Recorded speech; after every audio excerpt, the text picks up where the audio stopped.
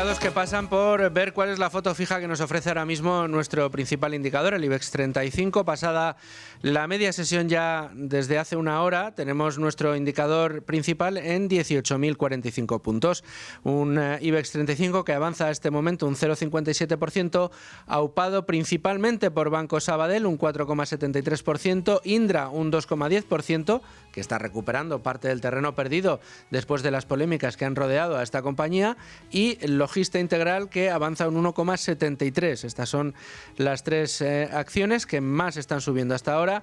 Entre las que más bajan destaca Telefónica, un 1,16%, SACIR, un 1,13% y ArcelorMittal, un 0,94%.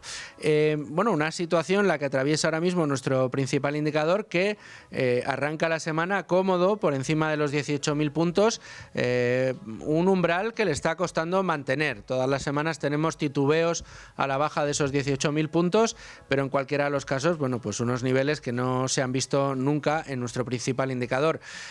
La situación que atravesamos en mercados en estas últimas semanas es apasionante, o al menos así lo veo yo. No sé si coincide nuestro analista de hoy, que no es otro que el periodista de información financiera más importante de España y director general de Finet, Vicente Baró. Vicente, ¿cómo lo ves?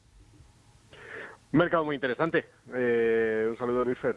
La verdad es que yo creo que estamos en un punto de los que marcarán el año probablemente, ¿no? A nivel global, lo que hemos tenido es las dos últimas semanas en Estados Unidos un movimiento que yo creo que ha marcado un techo temporal, ¿no? Y habrá que ver estas próximas semanas hacia dónde se decanta, pero si nos fijamos y miramos más allá de lo que es el índice, con caídas bastante importantes en algunos valores. Recordemos que Microsoft, por ejemplo, está más de un 20%, bueno, con la subida del viernes se recupera un poco, pero más de un 20% abajo. Desde una compañía como Microsoft, que sigue siendo una de las más importantes, ¿no? En Estados Unidos. Una de las siete magníficas. O, por ejemplo, compañías como Oracle están más abajo, más de un 50% abajo desde sus máximos del año pasado. Como Alphabet, que siguen haciendo muy bien, la matriz de Google, ¿no? O sea, estamos viendo ahí unas divergencias cada vez en más compañías y cada vez en más activos que nos indican cambio de ciclo de mercado, ¿no? Que ya no es aquello de que sube el índice sin más, sino que por debajo la superficie no llama tanto la atención, pero por debajo hay unas mareas bastante importantes, tanto en un sentido como en otro, ¿no? O las divergencias que hemos visto en metales preciosos, sí, o la tensión que estamos viendo en el mercado de divisas. O sea, yo creo que es un punto de seguir especialmente, sí. ¿Cómo ves la reacción que está teniendo el Bitcoin ante esta situación? Que lo tenemos ahí, lo tuvimos por encima de los $100.000, parecía que iba a ser una cota que nos iba a marcar los próximos máximos y de nuevo por debajo, ¿no?, de los $70.000. Habrá quien diga, y no seré yo quien lo niegue, que a lo mejor es un buen momento para estrenarse con la cripto por excelencia. Bueno, quién sabe, ¿no?, cuándo es el momento. Nosotros tuvimos por aquí a Pablo Gil, que decía que lo veía a 40.000, que veía la posibilidad de que cayera hasta ahí. Bueno, hombre, si cae a 40.000, el creyente de Bitcoin se frotaría las manos. Sí, ya no está tan lejos, ¿verdad? Como hace unas semanas. Ahora, bueno, todavía está lejos, debería caer pues prácticamente un 40% desde estos niveles. Pero desde bueno, es otra de las divergencias que hemos visto estas últimas semanas, ¿no?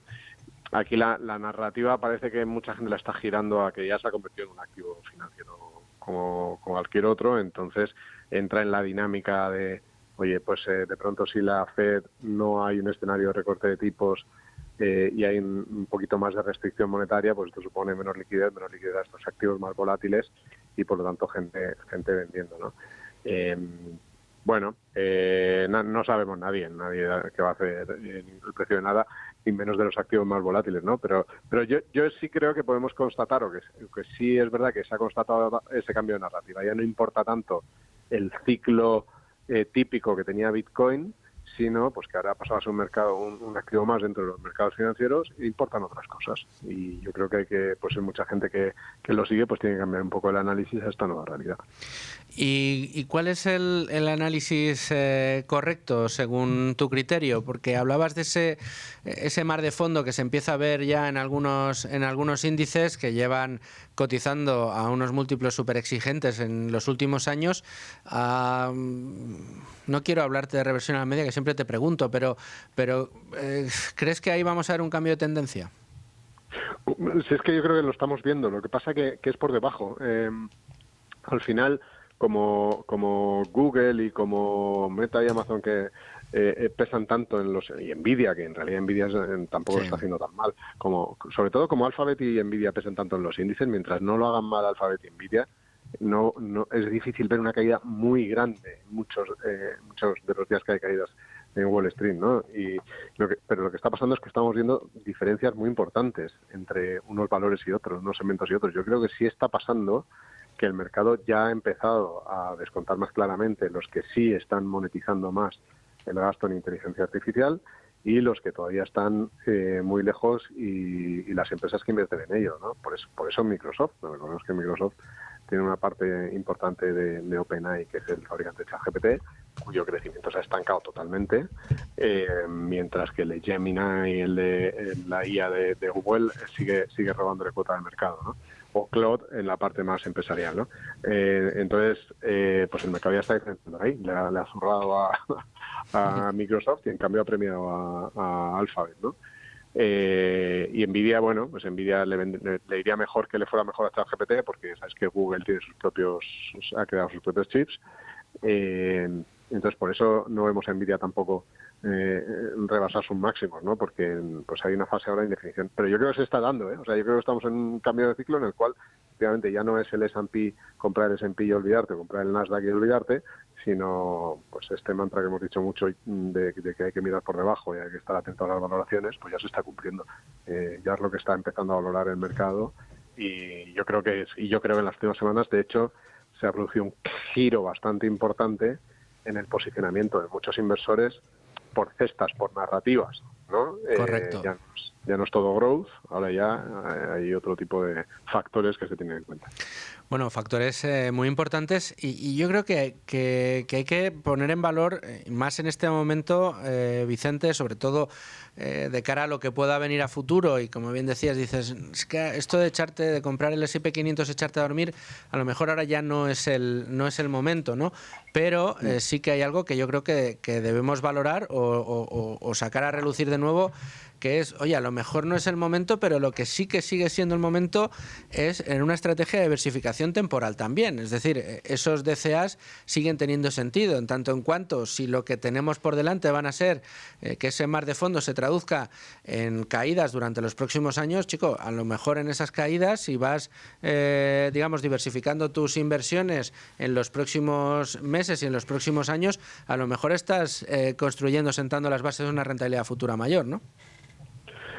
Sí, claro, o sea, yo creo que como siempre, aquí hablamos muchas veces en el análisis de lo que está pasando a corto plazo, ¿no? Que por eso es la actualidad y por eso hacemos el programa y nosotros entramos a colaborar para comentar la actualidad, pero luego hay que verlo desde la óptica, sobre todo los que somos inversores a largo plazo, ¿no? Perdón.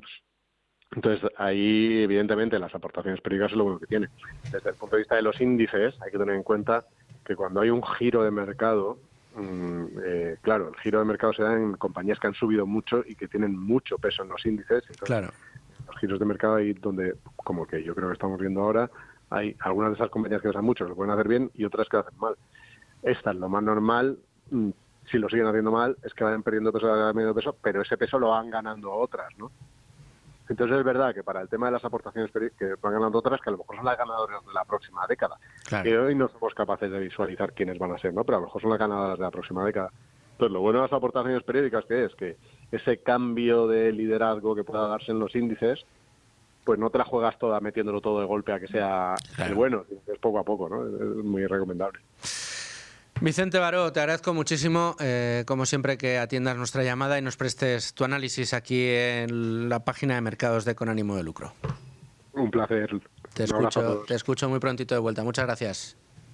Con Ánimo de Lucro, con Luis Fernando Quintero.